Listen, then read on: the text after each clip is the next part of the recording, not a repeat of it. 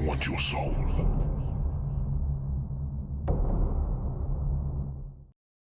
I remember coming into the house on one cold winter's night. The snow and icy wind blew through the front door as I stepped into the house, kicking my boots clean. I noticed a strange odor in the place. It almost smelled like stink bugs with notes of copper and bleach. I hated the smell of stink bugs. "Hey, honey, where are you? I'm starving, and by the way, it smells kind of weird in here." Traffic nearly stopped for half an hour on I-80. A goddamn tractor flipped over in the middle of the blizzard and closed down all 3 lanes. Can you believe that? But she didn't say anything. "We could only get around by driving in the breakdown lane until the cops got there and started." My voice then trailed away as I noticed the drops of blood on the floor leading from the hallway into the kitchen. I stopped talking immediately, looking around for signs of an intruder. But I saw nothing. No smashed windows, no busted doors, no rifled through drawers or cabinets. "Oh my God," I whispered, immediately going to the kitchen and grabbing the largest meat cleaver I could find from the knife block. Its edges gleamed, freshly sharpened and ready to slice into the hardest of flesh. I made sure not to step on the drops of blood. I didn't want to disturb a crime scene, if indeed it was a crime scene. I stopped, thinking of calling 911, but some inner voice urged me to go on. It will take 5 or 6 minutes for the police to arrive, or possibly longer, and I need to check on my family now, right now. Sprinting forwards, I followed the blood trail down the hall and straight to the first-floor bathroom. The door stood closed, and I tried the handle and found it was locked. "Hello?" I said, pounding on the door. "Who's in there?" "Isaac, is that you?" a faint voice asked, and I recognized the voice of my wife immediately. "Open the goddamn door!" I screamed. Rising waves of anxiety and adrenaline coursed through my body, and I immediately knew something was very wrong. I could hear it in the dead tone of my wife's voice, see it glistening on the floor in crimson droplets. I could feel it in the air like falling pressure before a thunderstorm. "Jenna, listen to me. Open the fucking door now." I heard some slight shuffling in the small bathroom, like someone dragging themselves across the floor, and then I heard a click. I opened the door and found nothing but a chamber of nightmares lying beyond the threshold. My only son floated face down in the bathtub. My wife sat back down on the edge of the tub, rocking back and forth, her eyes flat and dead. "Why?" I whispered, horrified. "Why the fuck would you do this?" "Don't you know?" she murmured in a croaking voice. "Do you really not know that our son is the Antichrist?" I did have some suspicions that something wasn't quite right with Max. It was more than the dead animals I kept finding strewn around the yard and under the house.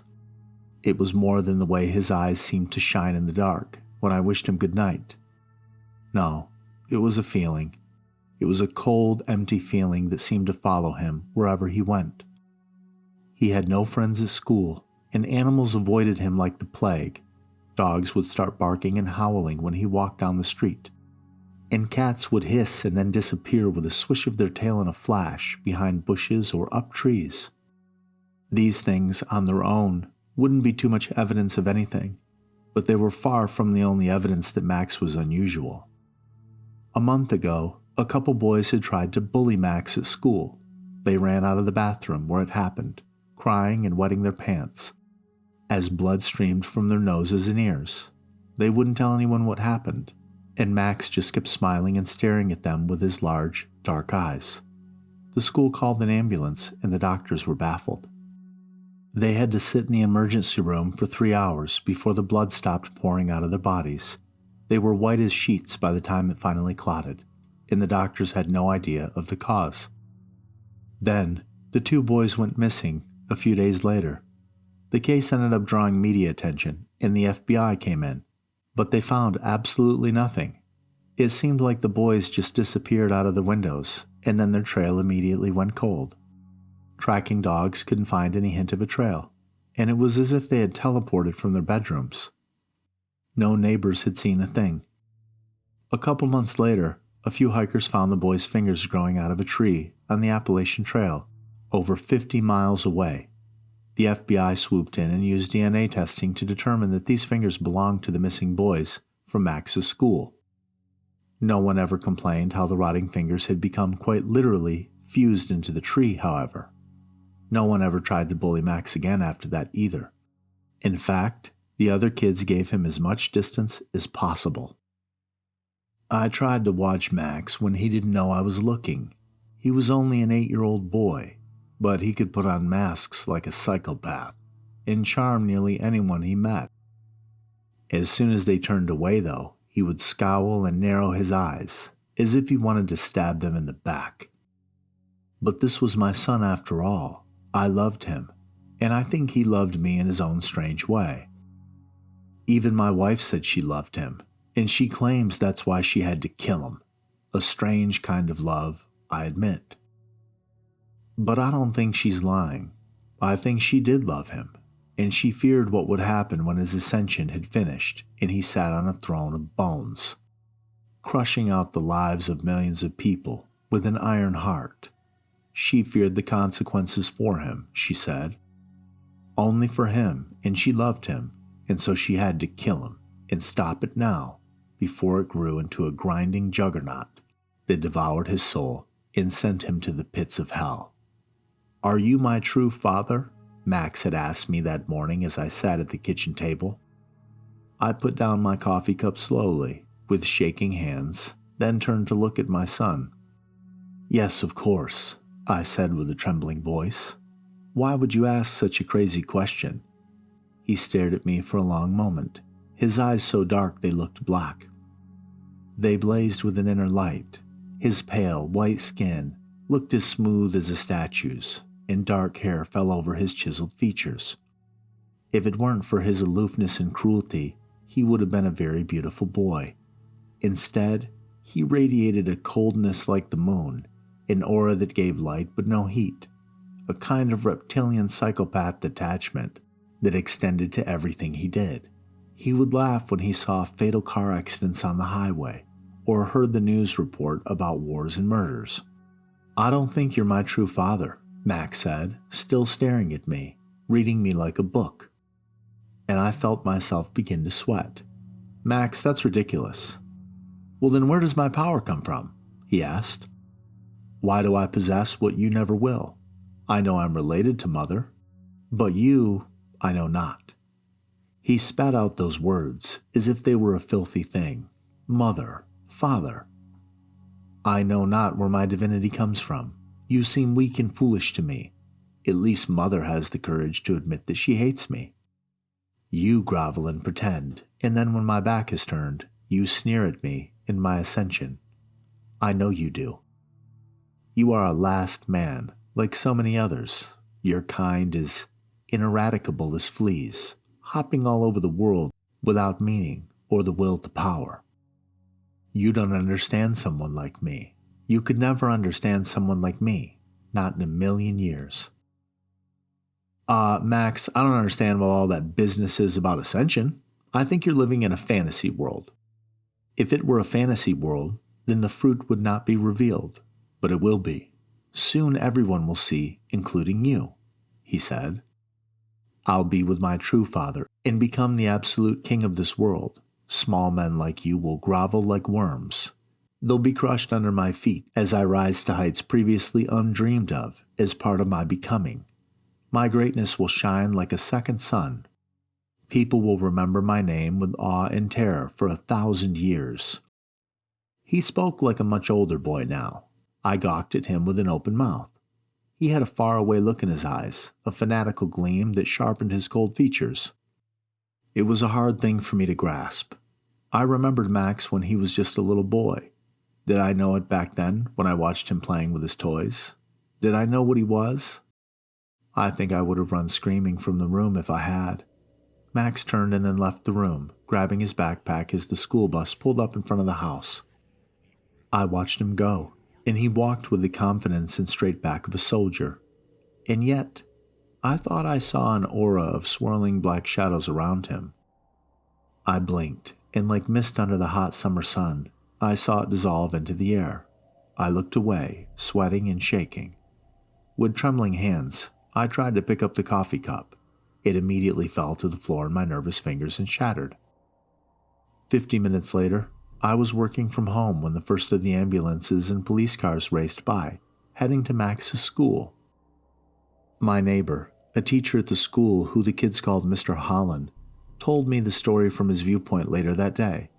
I don't know how much I believed. At the time, maybe none of it. Now, I think I believe all of it. The day started normally enough, Mr. Holland said, pushing his oversized glasses up on his long, nerdy face. The kids started coming in for homeroom.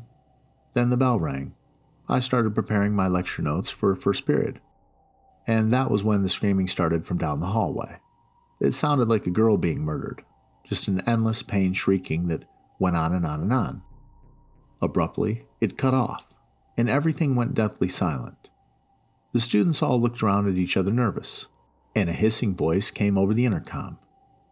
It was a reptilian voice, and it made my skin crawl. It started talking, and I immediately knew it wasn't human. Yet, it sounded just like Max. I mean, he's been in my class for years. Isn't that weird? I knew his voice. But it was like someone had taken his voice and ran it through a synthesizer to deepen it, slow it down. I heard weird hissing breaths as he spoke. "Hello, friends," the voice whispered, yet the words boomed through every classroom and hallway. "We have a very special day planned for you. The activities are already prepared, and the festivities will now begin. Don't try to escape now. That breaks the rules. The first of the sheep have already been slaughtered." I figured some hoodlum had snuck into the office and somehow used the intercom while the secretary was out getting a cup of coffee or something. I put my hands up as the class began to chatter, trying to calm them down. Kids, it's just a prank. Please calm down." Then the classroom doors flew open, and a girl came running inside. She was covered in blood from head to toe. She had deep slices across the back of her head, her forehead, her right cheek, and her right arm. Large drops of blood fell behind her as she ran, as if leaving breadcrumbs to find her way back. The wounds on her body changed colors in front of our eyes, turning purple and then black. Necrotic tissue began to spread and die within moments. Black blood streamed from the wounds. Her mouth opened in a silent scream, but only a choked gasping came out. Something had infested the girl. I could see it. I quickly backed away, feeling like it was a dream. "Please, oh God, please," she whispered, whimpering, her legs buckling. She fell to her knees. The kids in the classroom began to scream. "Please, someone help me." Her voice grew louder, her skin paler as the purplish dying patches of tissue spread. She opened her mouth and began to vomit some foul, oily sludge. It hurts," she moaned, falling into the puddle of vomit. "Is anyone going to help me?" And then I ran to her side. I didn't know this girl. She wasn't in any of my classes, you see, but I knew she needed medical attention right away. "What happened? Who did this?" I asked, and she got close to my ear and whispered, "There's things in the hallway that shouldn't be there." She coughed up more blood and black fluid, rolling onto her back afterwards and breathing hard. Her eyelids fluttered and her skin went pale. I thought she was losing consciousness until her eyes rolled back in her head, and she sat up, grinning. Claws began to rip out of her fingers. Black tears streamed down her face, and the dark sludge dripped from her mouth like diseased drops of saliva. Her body lengthened, and her arms and legs broke and twisted. I could hear the bones snapping like tree branches during a winter storm. I watched the transformation in horror, backing away. The other kids were all screaming and running to the back of the classroom. The girl hissed as black veins appeared all around her face and neck. She rose and walked towards the scared kids in the back, her movements as smooth as a synchronized dancer's, jerky and twisted, nightmarish in their own way. But what came next was far worse. Her body grew taller, thinner, and more emaciated as it stretched up to the ceiling, towering over every other kid in the class. She must have grown to at least 7 feet tall by that point. Her arms reached out, the bone-like claws sharpening as she struck out at the screaming row of children in front. I saw drops of blood splash against the back wall, and a couple boys stumbled forwards. Their throats slashed wide open. Their panic-stricken faces grew pale and bloodless as they choked and tried to scream, but only bubbling gasps came out. I saw the window was open, and I was on the first floor. I decided to run to try to get help. I knew we needed policemen and medics at the scene, and I couldn't do anything to save them. And to be honest, I feel like shit about it, but I did run. As the screams followed me from the back of the classroom, I jumped right out of the window and ran across the playground and scaled the fence. But as I went, I heard a strange, shrill laughter coming from the intercom. And you know what? I'm positive the voice sounded just like Max. And that was the professor's recollection of what he experienced. Max came home early from school that day, grinning and laughing. He was in a fine mood. I don't know what happened after the teacher left, or how many people died in that building of horrors, but I know Max caused it all.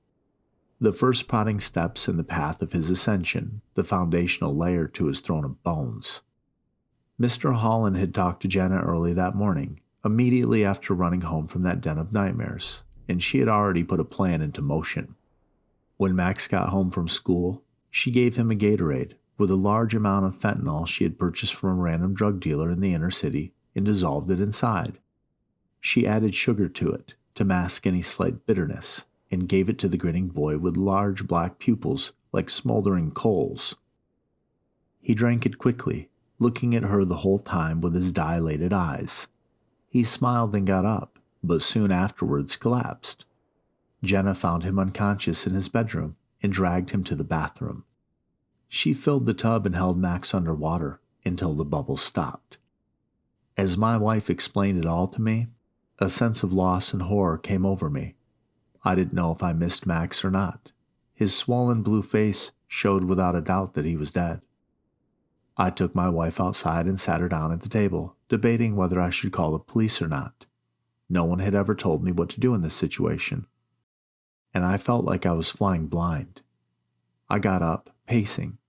I went to the oven and started brewing some instant coffee, and soft footsteps rustled behind me. I turned around, and in my surprise, I saw Max, seemingly alive and well, but also changed in some fundamentally disturbing way. His eyes had now turned fully black. He hovered inches above the ground behind my wife, smiling at me, his teeth seeming much sharper and longer than before. A feeling of electricity sizzled in the air, and I could see some sort of expansive black aura rippling around his pale skin, dark and cold as empty space.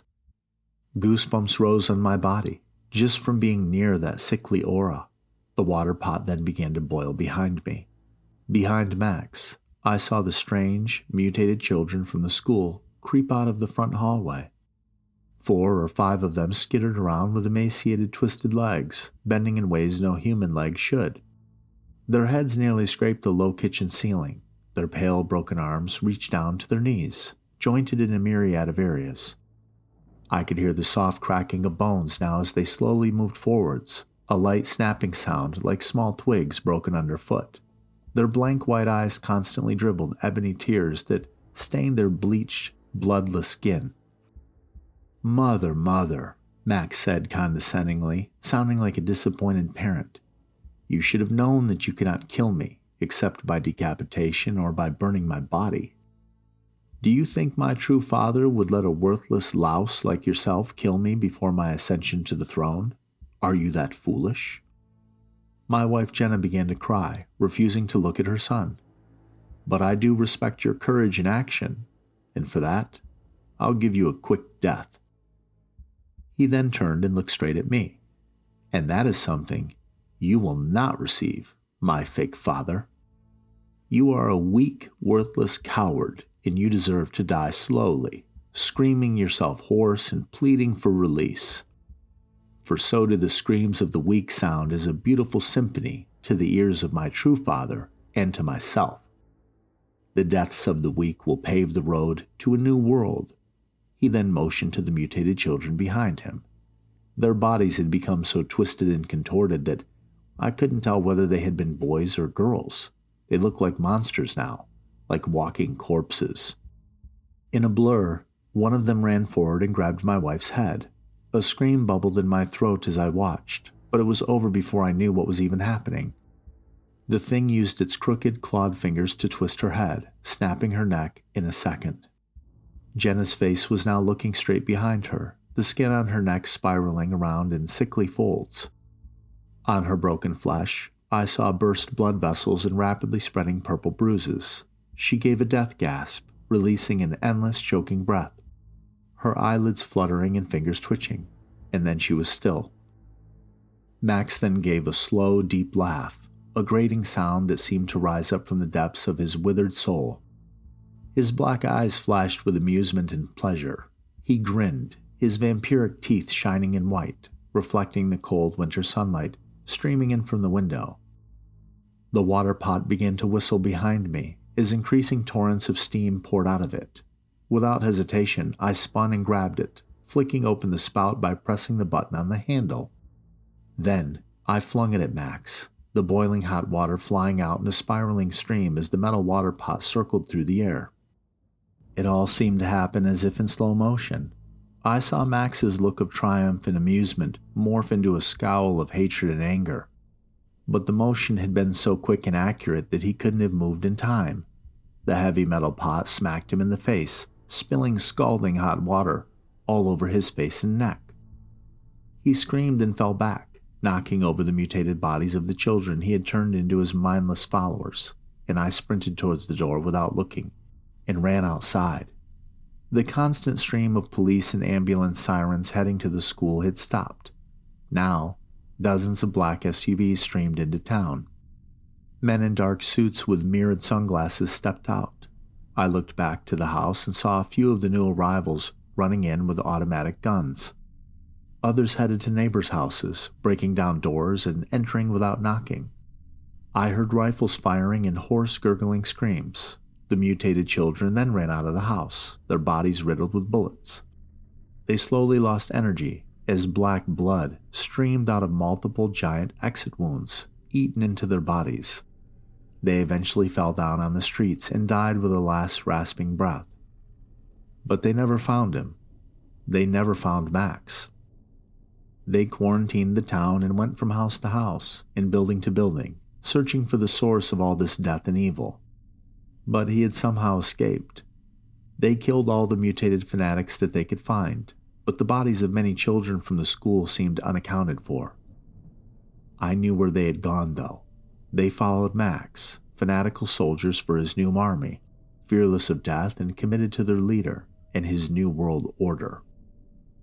I don't know when Max will show up next, but I know he is moving towards his ascension, and the next time I see him, he will arrive in power and glory, and crush out the lives of millions of people under his feet. All I can hope is that the other angels will be here in our defense, because he's coming, and he's coming soon.